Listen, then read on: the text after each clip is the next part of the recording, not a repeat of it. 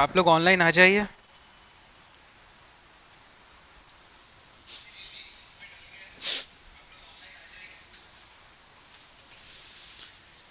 स्वागत है आप सबका, है ना। कल थोड़ा सा एक टेक्निकल इशू आ गया था, इसकी वजह से क्लास बीच में ही रुक गई थी, है ना। तो कल की क्लास को एक बार वापस से मैं रिपीट करूँगा। ठीक, कल मैम भी नहीं थी, आज मैम भी है साथ में। तो जो बोर्ड देख के पढ़ रहे हैं उनको और भी थोड़ा सा सही लगेगा।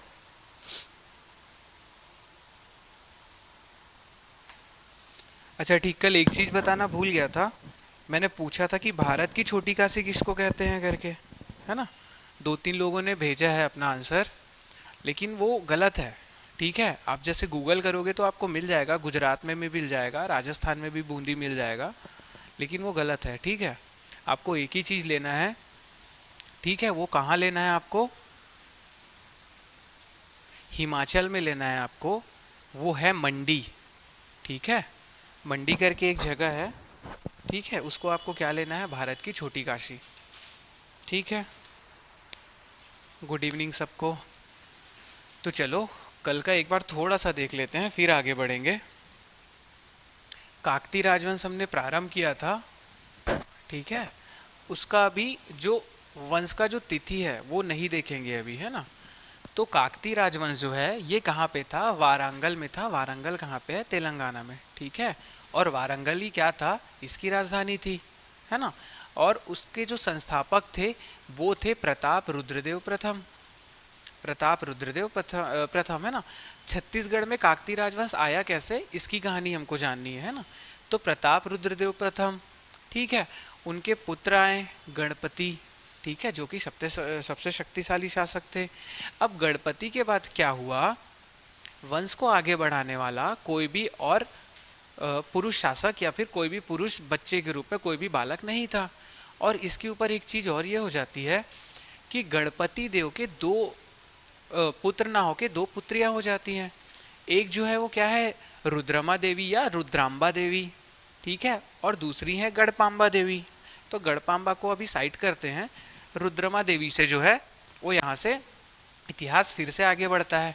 तो जो रुद्रमा देवी थी, है ना, उसकी शादी होती है एक चालुक्य वंश के शासक के साथ। उनका नाम रहता है वीरभद्र।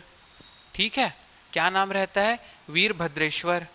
वो कहाँ के चालुक्य रहते हैं? कल्याणी के पश्चिमी चालुक्य रहते हैं।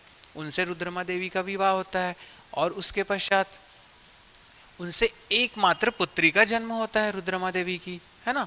इनके भी कोई पुत्र नहीं होता है, बस एकमात्र पुत्री का जन्म होता है। उनका नाम रहता है मम्मडम्बा। अच्छे से लिखना, मम्मडम्बा। ठीक है, और ये जो मम्मडम्बा है उनका विवाह होता है एक चालुक्य शासक महादेव। नाम क्या है? महादेव, है ना, मिक्स नहीं करना। रुद्रमा देवी का हुआ है वीरभद्रेश्वर से, वो भी चालुक्य थे, और उनकी पुत्री मम्मडम्बा का हुआ है किससे? महादेव से, ये भी चालुक्य। अब मम्मडम्बा और महादेव के तीन संतानें होती हैं। जो पहला है प्रताप रुद्रदेव द्वितीय, दूसरा है अन्नम देव, और तीसरी है रैला देवी जो कि पुत्री है। दो पुत्र और एक पुत्री। ठीक है, चलिए। अब ये जो प्रताप रुद्रदेव है इनको जो है रुद्रमा देवी गोद ले लेती हैं, है ना।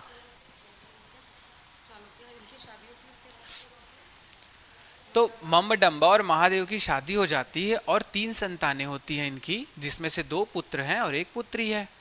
पहला पुत्र जो है प्रताप रुद्रदेव द्वितीय। ठीक है, दूसरा पुत्र है अन्नम देव, और तीसरी जो पुत्री है वो क्या है? रैला देवी। और ये जो रैला देवी है ना, इन्हीं को लेकर के बस्तर में एक पर्व मनाया जाता है, एक संस्कार है वहाँ पे, रैला पूजा का, जो अभी भी चलता आ रहा है ना, उस समय से, मध्यकाल के समय से। ठीक, तो ये जो प्रताप रुद्रदेव द्वितीय थे इनको रुद्रमा देवी गोद ले लेती हैं। ठीक है, रुद्रमा देवी जब इनको गोद ले लेती हैं तो अभी प्रताप रुद्रदेव द्वितीय काकतीय हैं क्या? नहीं, वो चालुक्य हैं। अभी वो चालुक्य हैं। जब रुद्रमा देवी जो कि काकतीय हैं वो उनको गोद ले लेंगी तो दत्तक नियमानुसार, है ना, क्या रहेगा? वो काकतीय बन जाएंगे। दत्तक नियमानुसार वो काकतीय कहलाएंगे। और यहाँ से फिर से काकतीय राजवंश आगे बढ़ने लगेगा, ठीक है, क्योंकि उनको एक शासक मिल गया, पुरुष शासक मिल गया। तो उसके बाद क्या होगा, प्रताप रुद्रदेव, ठीक है, इनके पिता जो कि है महादेव, वो इनको एक उपाधि देंगे युवराज की, और ये अपने राज्य के विस्तार के लिए एक विजय यात्रा पे निकलते हैं। और उस विजय यात्रा का विवरण एक प्राचीन नाटक है, और नाटक का नाम है प्रतापादित्य, है ना, या प्रतापादित्य, ठीक है। इस नाटक में उनके विजय यात्रा का वर्णन है। यहाँ तक भी सबको समझ आया, ठीक। अब काकती राजवंश के बारे में थोड़ा सा, उनकी कुल देवी का नाम है काकती, ठीक है, कुल देवी का नाम है काकती देवी, और उनका जो मंदिर है वो एकशिला नगर में है। एकशिला नगर है तेलंगाना में, ठीक है। अब तेलंगाना का जो प्राचीन नाम था वो है त्रिलंग, त्रिलंग, है ना। और त्रिलंग जो नाम पड़ा, इसके पीछे त्रिलंग जो नाम पड़ा, है ना, इसके पीछे के जो तथ्य हैं वो ये है कि यहाँ पे शिव जी के 3 पीठ पाए जाते हैं, 3 पीठ, है ना, इसकी वजह से त्रिलंग, और 3 पीठ, है ना, इसकी वजह से नाम क्या पड़ा, त्रिलंग पड़ा। और यहाँ के जो निवासी है वो तेलंग कहलाए, यहाँ के निवासी क्या कहलाए, तेलंग कहलाए। और यही त्रिलंग आगे चल करके कालांतर में, है ना, जब आधुनिक काल आया तो क्या हो गया, ये तेलंगाना बन गया, और यहाँ के जो निवासी हैं वो तेलुगु हो गए, ठीक है। यहाँ तक कहानी सबको समझ आई, क्योंकि कल ये कहानी मैं अच्छे से बता चुका हूँ। यहाँ पे बस जो तिथि है वो नोट करना, प्रताप रुद्रदेव शासक बनेंगे 1295 में, 1295 में रुद्रमा देवी के पश्चात 1295 शासक बनेंगे, और 1324 ईस्वी तक ये शासक रहेंगे। 1324 ईस्वी तक क्या रहेंगे, ये शासक रहेंगे काकती राजवंश के, वारंगल वाले के, ठीक है। चलिए, यहाँ तक समझ आया आपको सबको।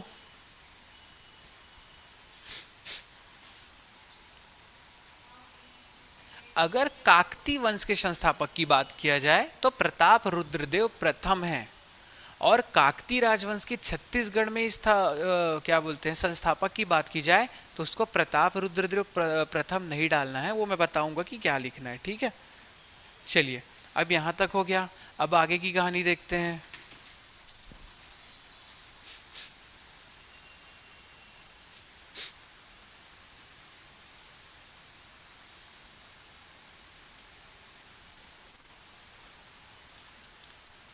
चलिए, अब इसके बाद क्या होगा कि अब मुगल का आक्रमण होगा, मुगलों का आक्रमण होगा, क्योंकि सल्तनत काल चल रहा है, सल्तनत काल चल रहा है, ठीक है।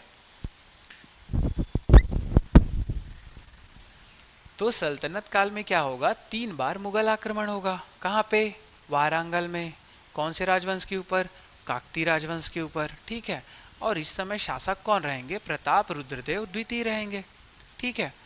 अब क्या होगा, 1309 1310 ये समय आया, 1309 1310 ईस्वी का समय आया। अब इस समय जो सल्तनत कालीन जो सुल्तान थे, ठीक है, जो शासक थे वो अलाउद्दीन खिलजी थे। अब अलाउद्दीन खिलजी के बहुत प्रमुख सेनापति जो थे, है ना, वो कौन थे, मलिक काफूर, सबको पता है, ठीक है।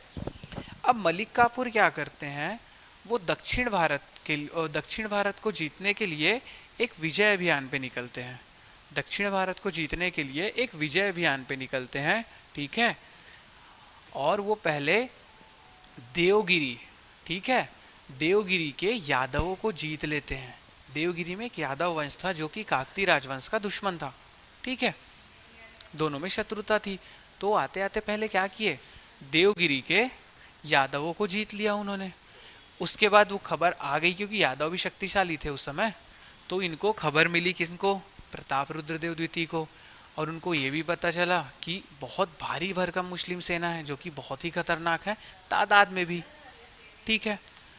अब क्या होता है, जब वारंगल में आक्रमण करने के लिए मलिक काफूर आते हैं अपनी सेना के साथ, ठीक है, तो प्रताप रुद्रदेव इतनी विशाल सेना को देख के भयभीत हो जाते हैं, और क्या करते हैं, वो आत्मसमर्पण कर देते हैं, ठीक है, बिना युद्ध के आत्मसमर्पण कर देते हैं।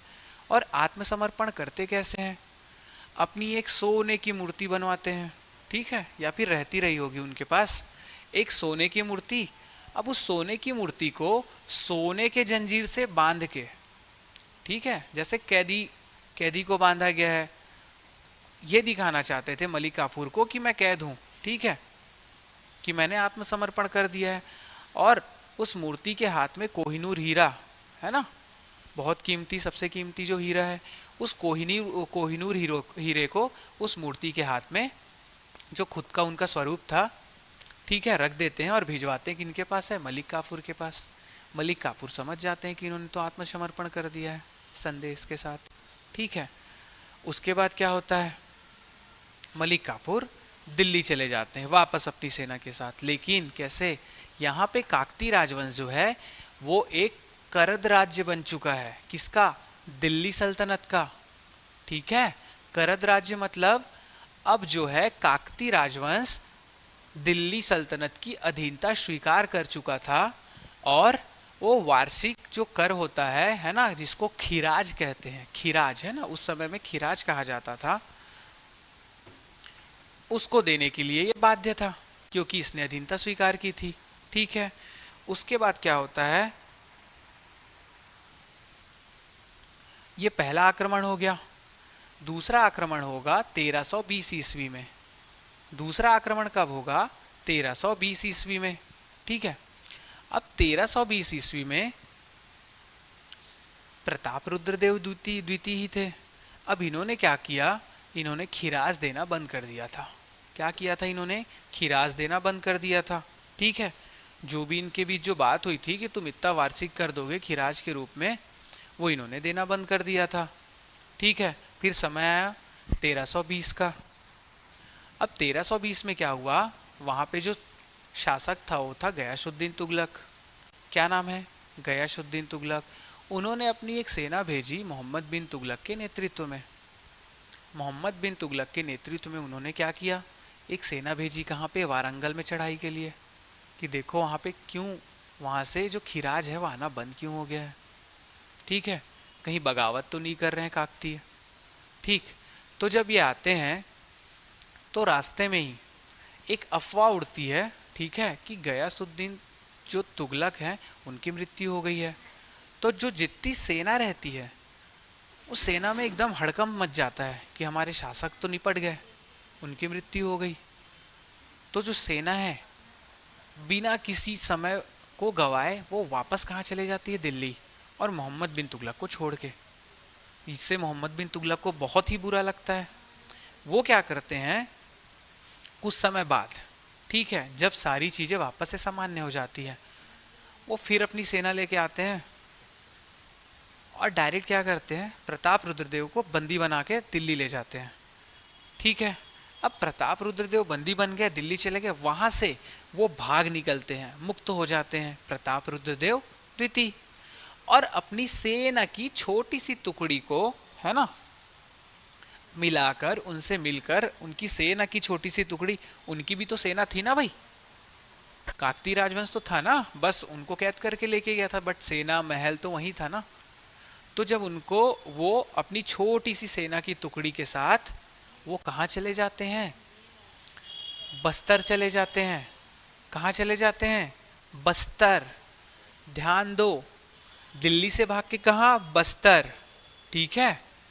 वारंगल नहीं गए अपनी राजधानी में, वो अपने राज्य में, तो बस्तर चले जाते हैं। कुछ समय वहाँ पे रहने के बाद वो वारंगल आते हैं अपने राज्य, ठीक है।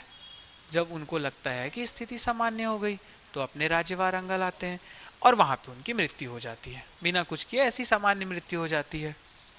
अब इनका जो परिवार है, ठीक है, अन्नम देव जो इनके अनुज हैं, छोटे भाई, इनका परिवार अन्नम देव के नेतृत्व में कहाँ आ जाता है? बारसूर दंतेवाड़ा। और बारसूर दंतेवाड़ा आने के बाद अन्नम देव क्या करता है?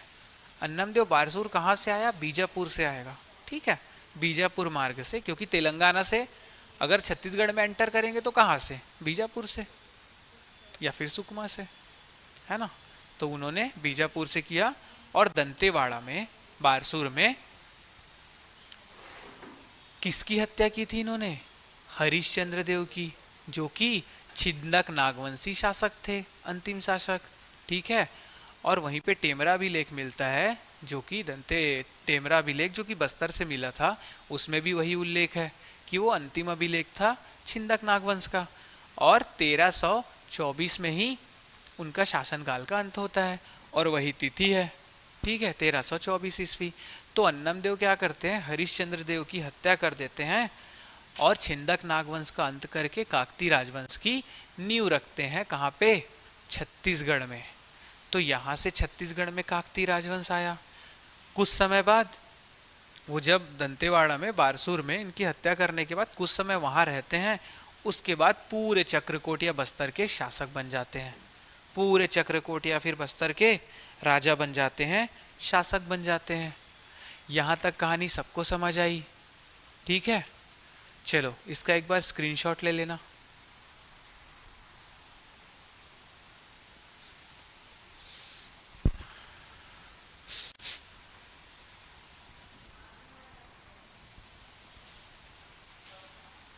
चलो,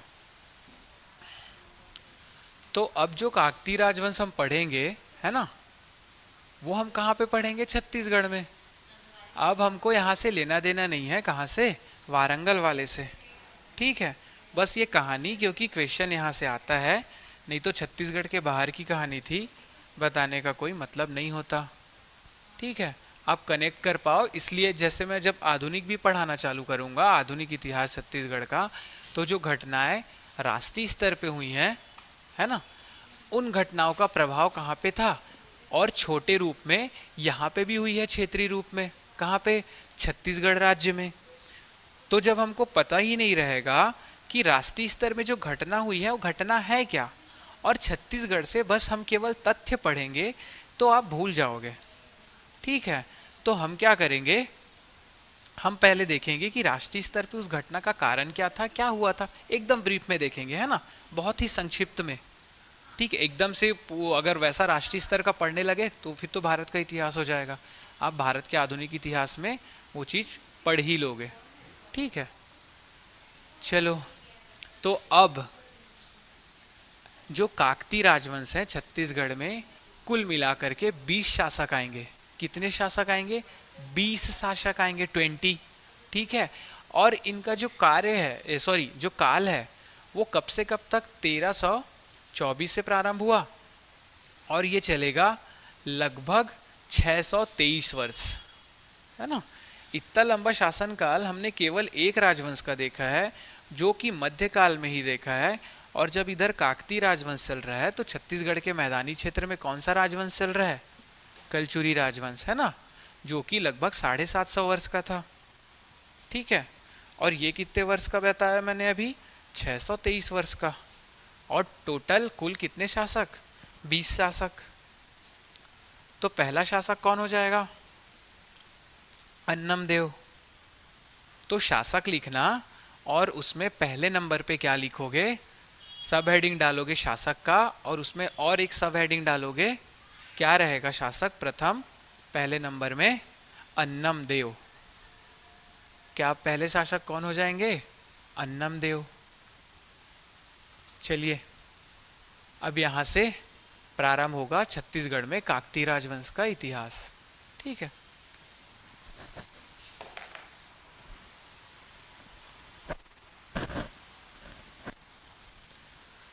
चलो, तो अब यहाँ पे काकती राजवंश में लिखना 1300, जो तिथि है 1324 ईस्वी, है ना। और कहाँ तक चलेगा?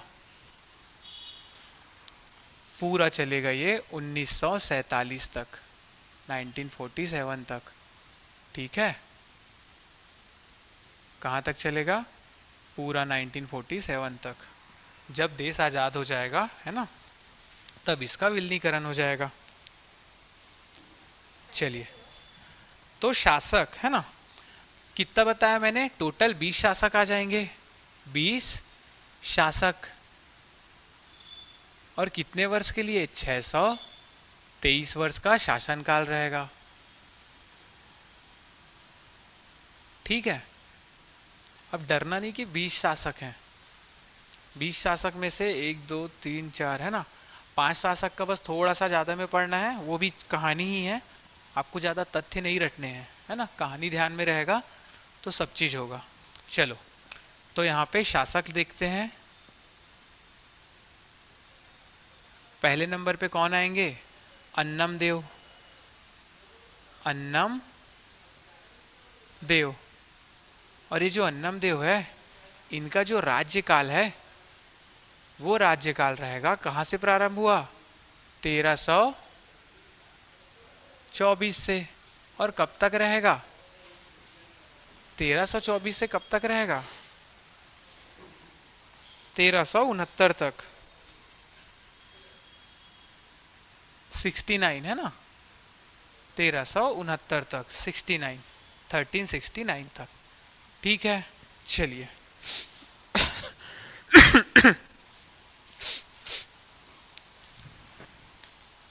अब क्या देखेंगे?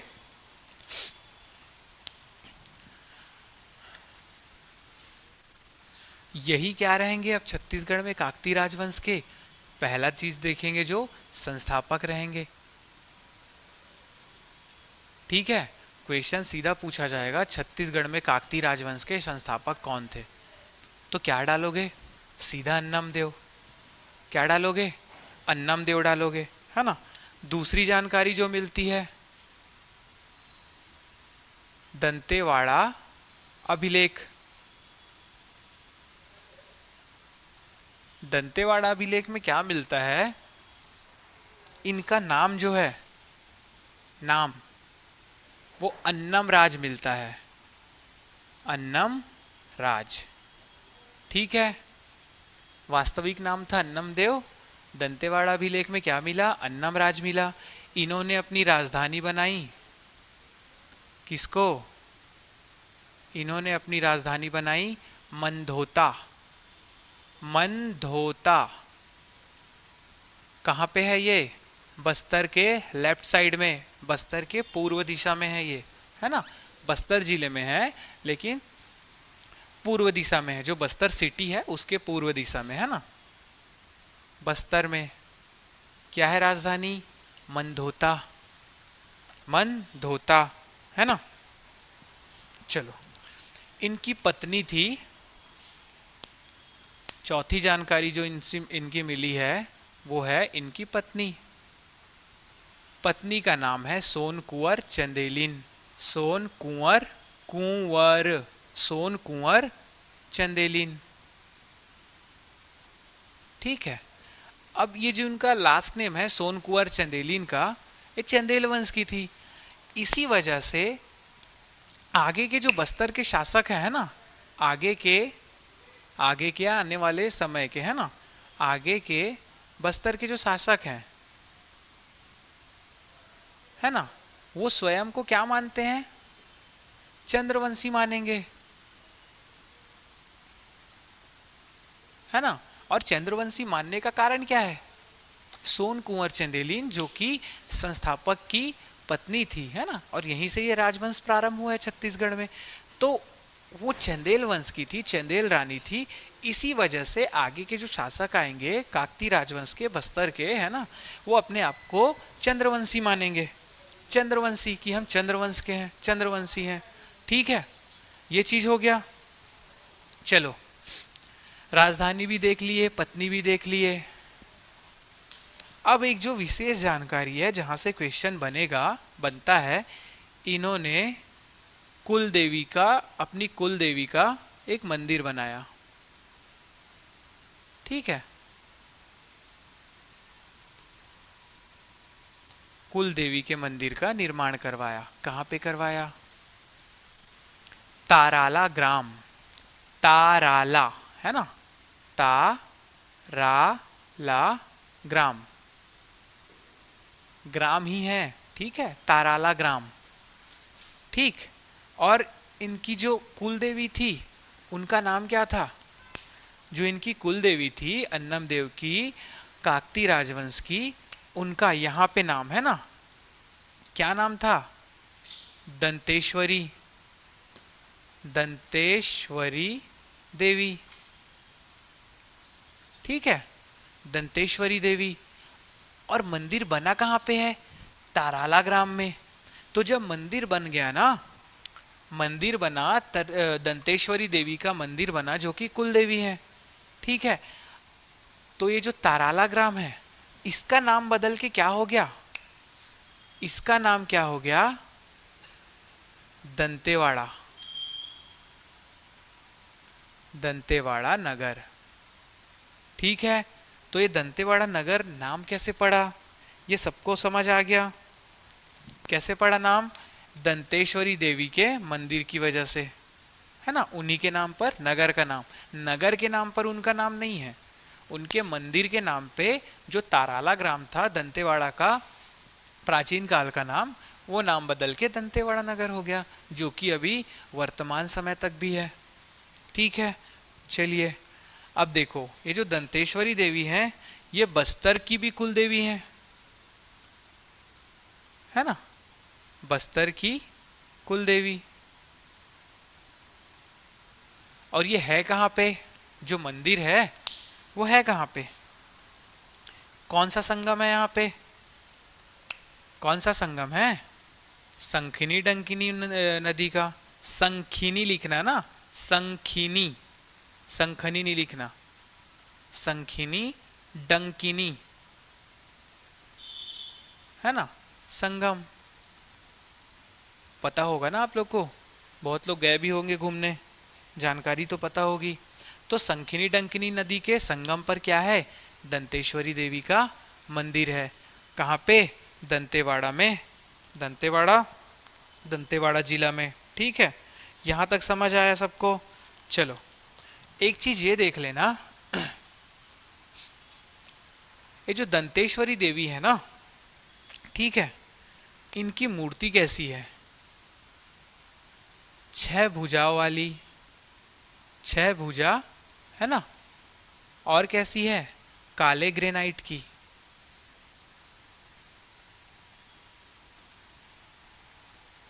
छह भुजाओं वाली काले ग्रेनाइट की मूर्ति है ना। समझ गए? 6 भुजाओं वाले काले ग्रेनाइट की मूर्ति है, जो कि दंतेश्वरी देवी की मूर्ति है। ये भी समझ आ गया आपको? ठीक। एक और विशेष चीज है, क्या है? अगर आपको इनका दर्शन करना है, अगर आपको इनका दर्शन करना है तो आपको कैसे जाना होगा? धोती में, ठीक है, या लुंगी में, धोती में या लुंगी में। और एक और चीज, सिला हुआ वस्त्र वर्जित है, निषेध है ना। सिला हुआ वस्त्र क्या है? निषेध है, ठीक है, ठीक है। सिला हुआ वस्त्र क्या है? निषेध है। और इसी मंदिर में जब आप पीछे की ओर जाओगे, है ना, तो आपको क्या मिलेगा? माता के पद चिन्ह मिलेंगे आपको, ठीक है। इसी मंदिर में क्या मिलेगा? डंकिनी संखिनी नदी के संगम पर मिलेगा ना। ये लिख लेना, जो माता के जो पद चिन्ह है कहाँ पे मिलेगा? संगम पर मिलेगा, ठीक। यहां तक जानकारी समझ आई? मैंने कहा ना 5 शासकों के बारे में बस जानकारी देखनी है, उसमें से एक अन्नम देव है, बाकी सबका नाम देखना है। किसी किसी में कुछ भी जानकारी नहीं है, किसी किसी में 1-2 लाइन की जानकारी है, ठीक है। घबराना नहीं है ना, क्योंकि ये और काकती राजवंश बहुत ही विशेष है। सॉरी, ये और हमने क्या पढ़ा था अभी, कौन सा चल रहा है मैदान क्षेत्र में? कलचुरी राजवंश, ठीक है, दोनों क से है। तो देखो, अन्नम देव जो कि संस्थापक हुए, इनका जो काल है वो 1324 से लेके 1369 तक रहेगा, ठीक। ये क्या करेंगे? जब संस्थापक बन जाएंगे तो ये अपनी राजधानी मंदोता, मंदोता जो कि बस्तर के पास है, उसको अपनी राजधानी बनाएंगे, ठीक। इनका दंतेवाड़ा से एक अभिलेख मिलता है जिसमें इनका नाम है अन्नम राज, देव की जगह राज आ गया, ठीक है, दो जानकारी हो गई। इनकी पत्नी का नाम है सोन कुंवर चंदेलिन। सोन कुंवर चंदेलिन। अब ये सोन कुंवर चंदेलिन थी, तो चंदेलिन क्योंकि ये चंदेल वंश की थी, इसी के कारण जो आने वाले शासक हैं काकतीय राजवंश के भविष्य के, वो अपने आप को चंद्रवंशी मानते हैं। ठीक है, ये भी जानकारी। अब इन्होंने क्या किया, अपनी कुल देवी का मंदिर बनवाया ताराला ग्राम में। ठीक है, और कुल देवी का इनका नाम था दंतेश्वरी देवी, इसी वजह से ताराला ग्राम का नाम बदल करके दंतेवाड़ा नगर रख दिया गया। ठीक है, अभी दंतेश्वरी मंदिर कहाँ पे है, संखनी डंकिनी नदी के संगम पर। ठीक है, और क्या विशेषता है, 6 भुजा वाली काले ग्रेनाइट की माता की मूर्ति है। ठीक है, और अगर आपको इनका दर्शन करना है तो बिना सिला हुआ वस्त्र है ना, जो एक ही कपड़ा रहेगा, उस वस्त्र को पहन के आपको जाना है। पुरुषों के लिए विशेषकर धोती और लुंगी होता है। ठीक है, यहाँ तक समझ आया। और मंदिर में माता के पद चिन्ह मिलते हैं, जो कि संगम पर ही मिलते हैं, संखनी डंकिनी नदी के संगम पर। ठीक है, अब एक दो किंवदंती है इसमें, है ना, जो कि कहानी है, आपको भी पता होगा। दो मिनट लगेगा कहानी बताने में, है ना। सुन लो, किंवदंती जो है, लिखना नहीं है आपको इसको, है ना, बस सुनो, ना ही कहीं पे भी लिखना है। अगर एग्जाम में भी रहेगा तो नहीं लिखना है आपको, बस सुन लो थोड़ा सा, है ना, क्योंकि अगर कभी कुछ रहेगा तो कहानी की वजह से ये सारी चीज़ें याद रहेंगी आपको। ठीक है, अन्नम देव की वजह से दंतेश्वरी मंदिर की दंतेश्वरी माता की कहानी। ठीक, अब देखो, हाँ, मंदिर का नाम भी लिख लेना भाई यहाँ पे, है ना। मंदिर क्या था, दंतेश्वरी मंदिर, है ना। अच्छा, दंतेश्वरी मंदिर में क्या है, एक आध शिलालेख है क्या, सबसे पहली क्लास में मैंने बताया था। कोई एक विशेष शिलालेख है तो बताना। ठीक है, अगर अभी याद आ जा रहा है तो कमेंट करके बताना, और नहीं याद आएगा तो बाद में बताना, कल परसों अगले साल। ठीक, चलो। तो जब अन्नमदेव शासक बने, है ना, कहाँ के, बस्तर के, दंतेवाड़ा के। ठीक है, दंतेवाड़ा के, सॉरी, बारसूर के, है ना, अभी बस्तर के शासक नहीं बने थे ये। तो इन्होंने क्या किया, जब वे अपने राज्य को विस्तार कर रहे थे, है ना, अब दंतेवाड़ा दक्षिण हिस्सा, छत्तीसगढ़ का लगभग दक्षिण हिस्सा, उसके नीचे क्या है, केवल क्या है, सुकमा है, केवल सुकमा है। ठीक है, तो ये अपने राज्य का विस्तार उत्तर की ओर, छत्तीसगढ़ के उत्तर की ओर करना चाह रहे थे, मैदानी क्षेत्र की ओर। ठीक, तो ये किंवदंती है, ठीक है, लेकिन बताना जरूरी है करके बता रहा हूं। तो जो दंतेश्वरी माता है, इनकी कुल देवी, वो प्रकट होकर के इनको दर्शन देती है और उनसे ये कहती है कि तुम जो उत्तर की ओर अपना राज्य विस्तारित करना चाहते हो, है ना, उस ओर तुम जितनी दूर पैदल चलोगे, ठीक है, मैं तुम्हारे साथ साथ पीछे तक आते रहूंगी, और तुम मुड़ करके नहीं देखना। अगर जहां पर मुड़ करके देख लोगे तो तुम्हारे राज्य का जो विस्तार है, जो सीमा है, वहीं पे बन जाएगी। ठीक है, तो ये क्या करते हैं, चलते रहते हैं, पीछे से इनकी कुलदेवी चलते रहती हैं। ठीक है, अब क्या आता है, संखनी डंकिनी नदी का संगम आता है। अब नदी में क्या होता है, रेत होता है, नदी में क्या होता है, रेत होता है।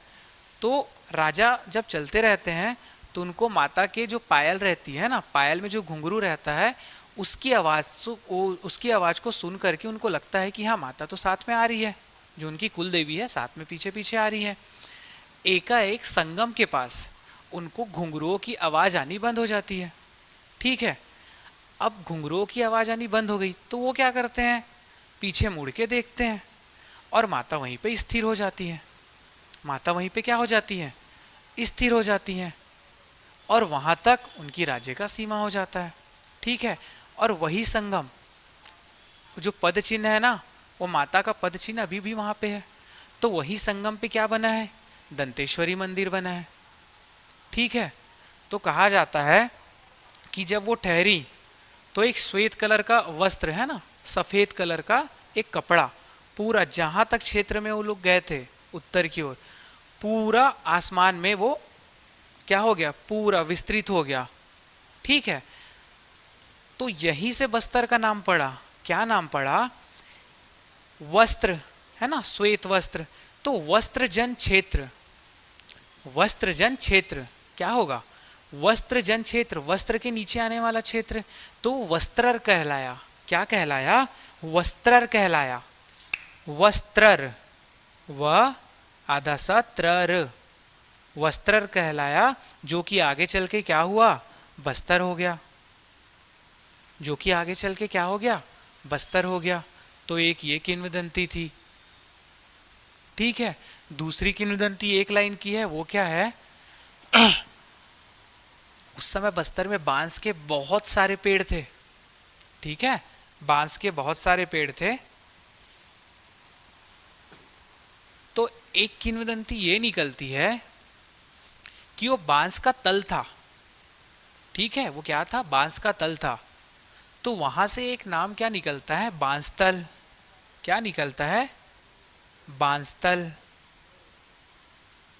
और वही जाकर के आगे क्या हो गया, बस्तर हो गया। आपको ये लिखना नहीं है, ठीक है, आपको किंवदंती नहीं लिखना है, आपको जहां तक बताया गया है वहीं तक लिखना है, ये याद रखना है आपको बस। ठीक है, तो ये अन्नमदेव का शासनकाल समाप्त हो जाता है। ठीक, इसका एक बार स्क्रीनशॉट ले लेना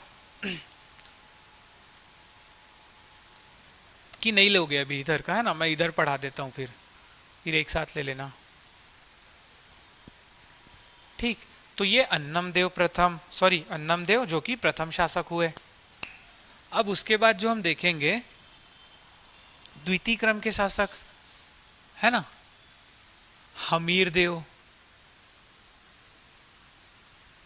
क्या है, हमीरदेव।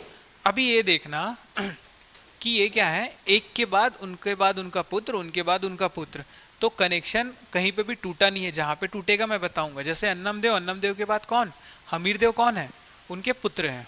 ठीक है, हमीरदेव कौन रहेंगे, उनके पुत्र रहेंगे।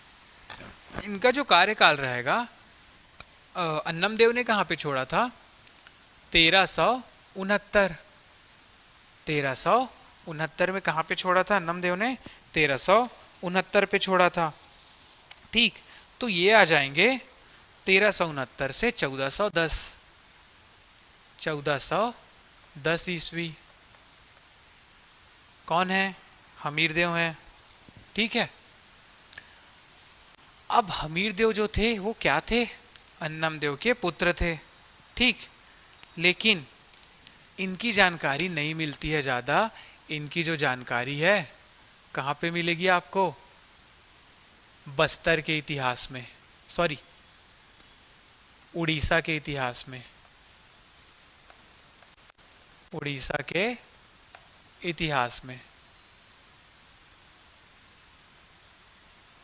ठीक है, जानकारी कहाँ पे मिली आपको, कहाँ पे मिलेगी, हमीरदेव को लेके उड़ीसा के इतिहास में। तो ये दूसरा शासक भी समाप्त। अब यहाँ पे तीसरा शासक आ जाएगा। ठीक है, तीसरा शासक आ जाएगा, क्या नाम रहेगा भाई, भैरमदेव।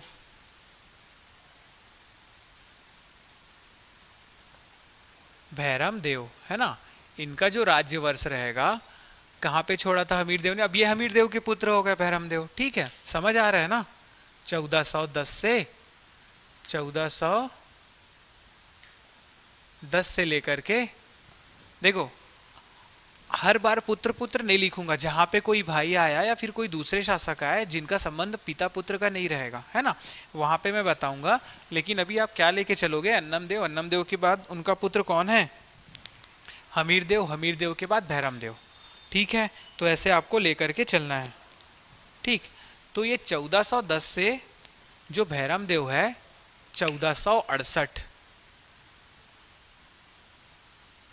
ठीक है, 1410 से 1468 भैरमदेव, जो कि तीसरे क्रम के शासक हैं। अब भैरमदेव के बारे में एक चीज ये लिखना है ना, इनकी पत्नी का नाम था, इनकी पत्नी का नाम था मेघई, है ना, मेघई, मेघई अरिच केलिन, अरिच, अरिच केलिन। ठीक है, लिख लेना, मेघई अरिच केलिन। क्या लिखोगे? मेघई अरिच केलिन कौन है? भैरमदेव की पत्नी है। अब देखो, अभी जो भैरमदेव की पत्नी है ना, ये आखेट विद्या में, आखेट समझ रहे हो, आखेट विद्या में निपुण थी।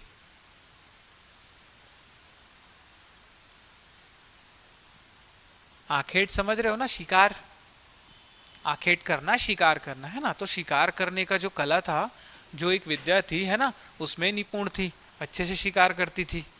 ठीक है। अब बोलोगे सर इसका क्या लेना देना पत्नी के बारे में? तो ये जो मेघई अरिच केलिन है ना, इनकी स्मृति में अभी भी, ठीक है, अभी भी जब जाओगे आप बस्तर में, तो आपको एक मेघी साड़ी मिलेगी। मेघी साड़ी इन्हीं के नाम पर है वो। ठीक है। मेघई अरिच केलिन के नाम पर क्या मिलेगा आपको? मेघई साड़ी मिलेगा, जो कि बस्तर में बहुत ही प्रसिद्ध है। ठीक है। दूसरी चीज जो एक आपको मिलेगा, है ना, एक शंख टीका मिलेगा आपको। शंख टीका, ये क्या है शंख टीका? ये मेघई शंख टीका करके मिलेगा आपको। मेघई शंख टीका करके क्या मिलेगा आपको? सॉरी, मेघई करके आपको क्या मिलेगा? शंख टीका। वो जो पूरा नाम है आपको लिखना भी नहीं है, बट लिखवा देता हूं, मेघई गेहड़ी प्रभृति। कट रहा है क्या? मेघई गेहड़ी प्रभृति, है ना? ये पूरा नाम क्या है? शंख टीका है। गेहड़ी प्रभृति मतलब शंख टीका। ठीक है। तो मेघई शंख टीका बोल सकते हो, या मेघई गेहड़ी प्रभृति। ठीक है। मेघई अरिच केलिन। कितने शासक हो गए यहाँ पे? 3 शासक हो गए। भैरमदेव का कार्यकाल कब से कब तक था? 1410 से 1468 तक। ठीक है। अब यहाँ पे चौथे नंबर के जो शासक आएंगे, उनका थोड़ा सा हमको पढ़ना है। वो रहेंगे पुरुषोत्तम देव। पुरुषोत्तम देव। इनका जो समय है भैरमदेव का कहाँ पे था? 1468, है ना? तो ये 1468 से 1534 हो जाएगा। ठीक, 1500 क्या हो जाएगा? 34 हो जाएगा। समझ गए? 1534। अब देखो, अन्नम देव ने अपनी राजधानी किसको बनाया था? राजधानी यहाँ पे 2 बार बस चेंज होगा। ठीक है। और आगे और होगा, लेकिन जो 2 विशेष है, अभी क्या था? मंदोता। तो इसने क्या किया? पुरुषोत्तम देव ने राजधानी, जो राजधानी है उसको इन्होंने क्या किया? मंदोता से शिफ्ट कर दिया। कहाँ पे? मंदोता से शिफ्ट किया कहाँ पे? बस्तर। देखो, एक एक वर्ड में ना बहुत सारी जानकारी होती है। आप ध्यान से जब पढ़ोगे ना, कहानी को ध्यान से सुनोगे, तो आपको समझ आएगा। अगर इन्होंने मंदोता से बस्तर अपनी राजधानी शिफ्ट की, तो क्यों की? पहले बस्तर था क्या अधिकार क्षेत्र में? पहले अधिकार क्षेत्र में था क्या बस्तर? पहले राजधानी मंदोता थी, क्योंकि दंतेवाड़ा इनका राज्य था। अब बस्तर इसलिए हो गया क्योंकि बस्तर तक से इनका राज्य विस्तारित हो चुका था। ठीक है। वो अन्नमदेव के समय ही हो चुका था, लेकिन अन्नमदेव अपनी राजधानी नहीं छोड़ रहे थे। उनके बाद जो शासक है, उन्होंने कुछ विशेष कार्य नहीं किया था। ठीक है। तो पुरुषोत्तम देव ने राजधानी कहाँ पे बनाई? बस्तर में बनाई। ठीक, यहाँ तक समझ आया। अब जो विशेष बात है भैरमदेव की, सॉरी, पुरुषोत्तम देव की, ठीक, यहाँ से देखना, इन्होंने जगन्नाथपुरी की तीर्थ यात्रा की थी। जगन्नाथपुरी, है ना, तीर्थ यात्रा। जगन्नाथपुरी की तीर्थ यात्रा की थी इन्होंने। आपको कहाँ कहीं भी बुक में क्या मिलेगा कि इन्होंने लौटते हुए किया था। लौटते हुए समझ गए हो?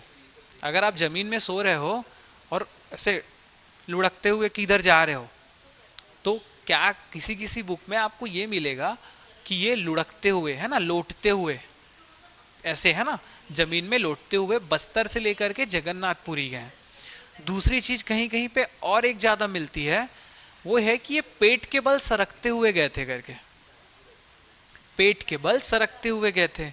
हमको ना लौटते हुए लिखना है ना सरकते हुए लिखना है, बस ध्यान में रखना कि अगर कभी पूछ लिया जाए, है ना, क्योंकि एग्जाम का कोई भरोसा नहीं है, कोई भी चीज पूछ लेंगे। तो हमको क्या देखना है, इन्होंने जगन्नाथपुरी की तीर्थ यात्रा की थी, यात्रा नहीं लिखना, यात्रा नहीं लिखना, तीर्थ यात्रा लिखना, ठीक है। और क्या किया था इन्होंने वहां पे मंदिर में, कौन सा मंदिर है, जगन्नाथपुरी, है ना, तो पुरी के मंदिर में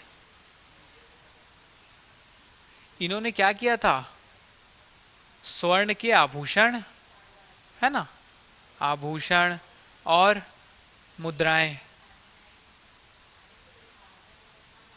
ये इन्होंने चढ़ाया था, ठीक है। पुरी के मंदिर में इन्होंने स्वर्ण के आभूषण और स्वर्ण की मुद्राएं चढ़ाई थी, ठीक है।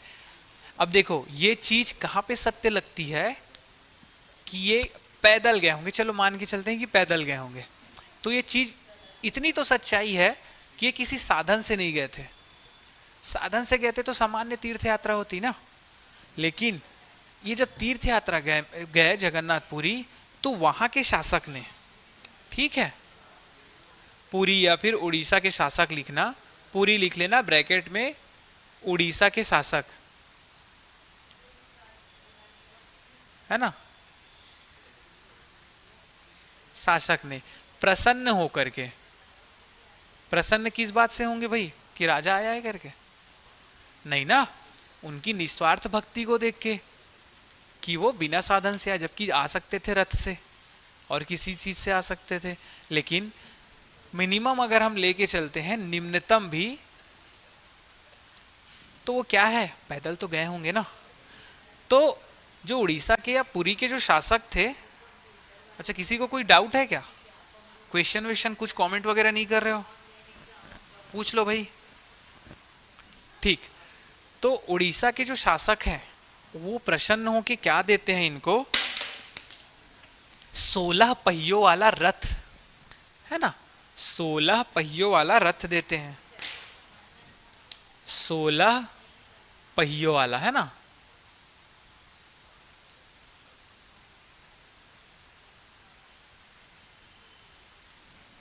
क्या करते हैं, भेंट करते हैं, 16 पहियों वाला रथ भेंट करते हैं, और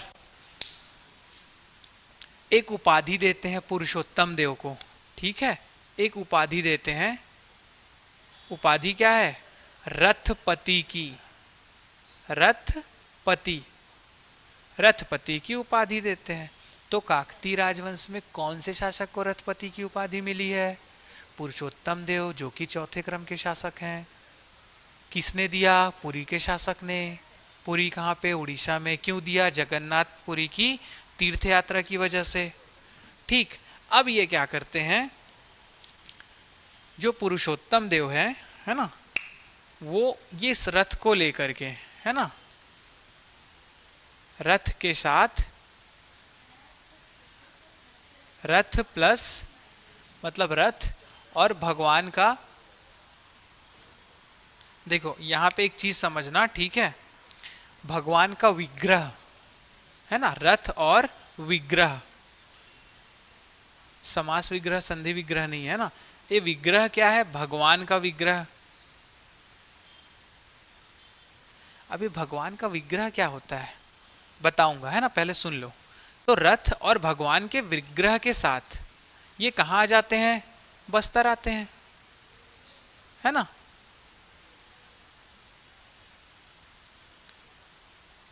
लेकिन देखो किसी किसी बुक में मिलेगा, किसी किसी बुक में नहीं मिलेगा, मैं आपको बता रहा हूँ। कहानी बहुत सारी है ना इसमें, बहुत सारा है, लेकिन जहाँ से क्वेश्चन आएगा वहीं से बता रहा हूँ। रथ और विग्रह, विग्रह क्या होता है, भगवान का एक स्वरूप होता है छोटा सा, मूर्ति नहीं होता है। हर विग्रह एक मूर्ति का स्वरूप होता है, ठीक है। तो विग्रह एक मूर्ति है, लेकिन हर मूर्ति विग्रह नहीं है। हर एक विग्रह मूर्ति है, लेकिन हर मूर्ति एक विग्रह नहीं है। क्यों? जो छोटा सा भगवान का स्वरूप के रूप में उसकी प्राण प्रतिष्ठा की जाती है, वह विग्रह कहलाता है। आप लोग के घर में होगा शालीग्राम, वो विग्रह कहलाता है शिव जी का। ठीक है, क्या कहलाता है? विग्रह कहलाता है वो, शालीग्राम। वैसे ही ये वहां से जगन्नाथपुरी से भगवान का विग्रह लेके आए।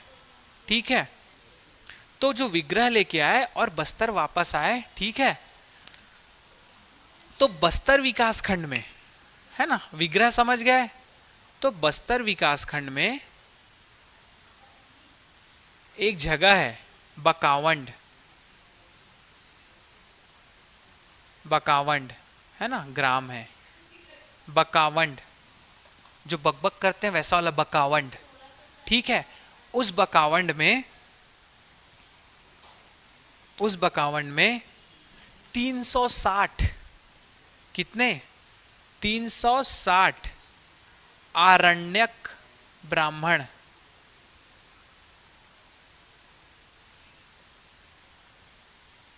हटूंगा तो दिख जाएगा, बोर्ड है ना, जो जो बोर्ड देख के पढ़ रहे हैं, 360 आरण्यक ब्राह्मण। इसको आप ये भी लिख सकते हो घर आरण्यक ब्राह्मण, है ना, घर आरण्यक ब्राह्मण। इन्होंने क्या किया था? ब्राह्मण का एक होता है आरण्यक, मतलब जंगल वाले जगह पे रहने वाले, है ना।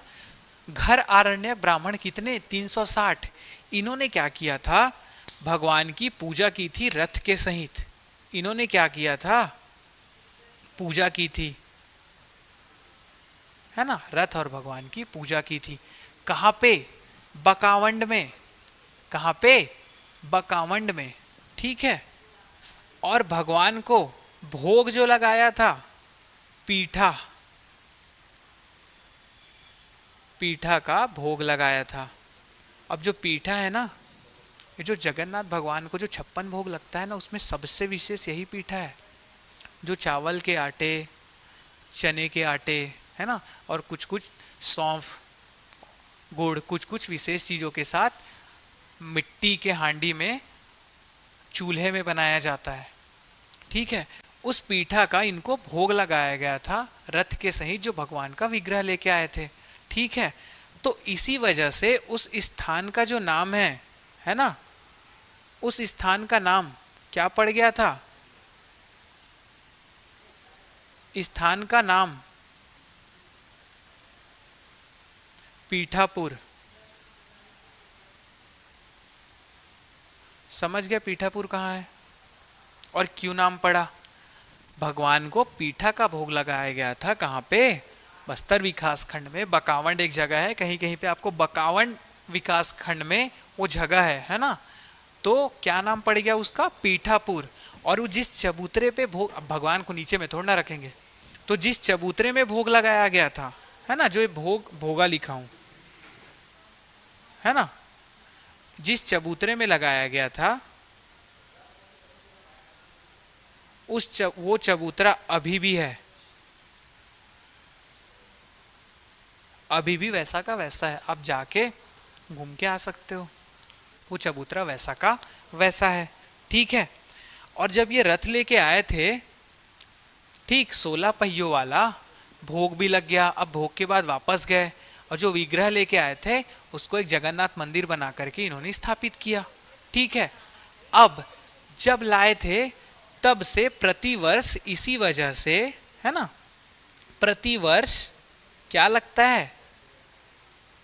प्रतिवर्ष जो रथ यात्रा होता है ना उड़ीसा में और सभी जगह पे जो रथ यात्रा होता है,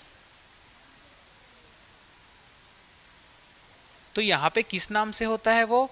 गोंचा पर्व। गोंचा, गोचा नहीं लिखना, गोंचा, गोंचा पर्व। गोंचा पर्व के नाम से प्रतिवर्ष रथ यात्रा निकलती है। और वो किस समय पे निकलती है? अश्विन माह में, अश्विन मास में। अश्विन मास का दूसरा नाम है कुमार मास। कुंवार, है ना, कुंवार मास। समझ गए? कुंवार मास अगर देखोगे अंग्रेजी कैलेंडर में तो ये आधा सितंबर और आधा अक्टूबर में पड़ेगा।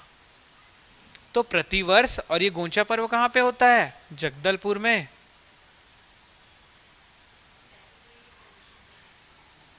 ठीक है, तो यहां तक जानकारी आपको समझ आई। एक बार रिपीट कर देता हूं। चौथे शासक आए जो कि भैरम देव के पुत्र थे, पुरुषोत्तम देव। उनका कार्यकाल है 1468 से 1534 ईस्वी। ठीक है, अब इनका जो है, इन्होंने राजधानी बदल दी, मंदोता से बस्तर कर दिया। पहली बार काकती राजवंश में राजधानी परिवर्तित हुई। इन्होंने जगन्नाथपुरी की तीर्थ यात्रा की, पैदल या लौट के या फिर पेट के बल, जैसा भी हो, जिससे कि क्या हुए, पुरी के शासक, उड़ीसा के जो शासक हैं वो प्रसन्न हो जाते हैं। और ये वहाँ पे जाने के बाद जगन्नाथपुरी मंदिर में ये सोने के सिक्के, मुद्राएं और सोने के आभूषण क्या करते हैं, वहाँ पे चढ़ावा करते हैं, चढ़ावा देते हैं। ठीक है, इनकी सारी भक्ति को देख करके वहाँ के प्रसन्न होकर जो शासक हैं वो 16 पहियों वाला रथ इनको भेंट करते हैं और इनको रथपति की उपाधि से नवाजते हैं। अब उन उपाधि और भगवान के विग्रह और रथ को लेकर के वापस बस्तर आते हैं।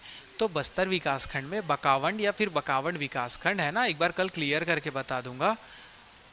वहाँ पे एक जगह है, वहाँ पे जगह पे एक गांव था। ठीक है, उसमें 360 घर आरण्यक ब्राह्मण वो क्या करते हैं, भगवान की पूजा करते हैं रथ के सहित एक चबूतरे में। वो चबूतरा वहाँ पे अभी भी मौजूद है और वहाँ पे भगवान को पीठा का भोग लगाते हैं। पीठा जो कि 56 भोगों में से सबसे विशेष है जगन्नाथपुरी के मंदिर में भोग लगने के लिए।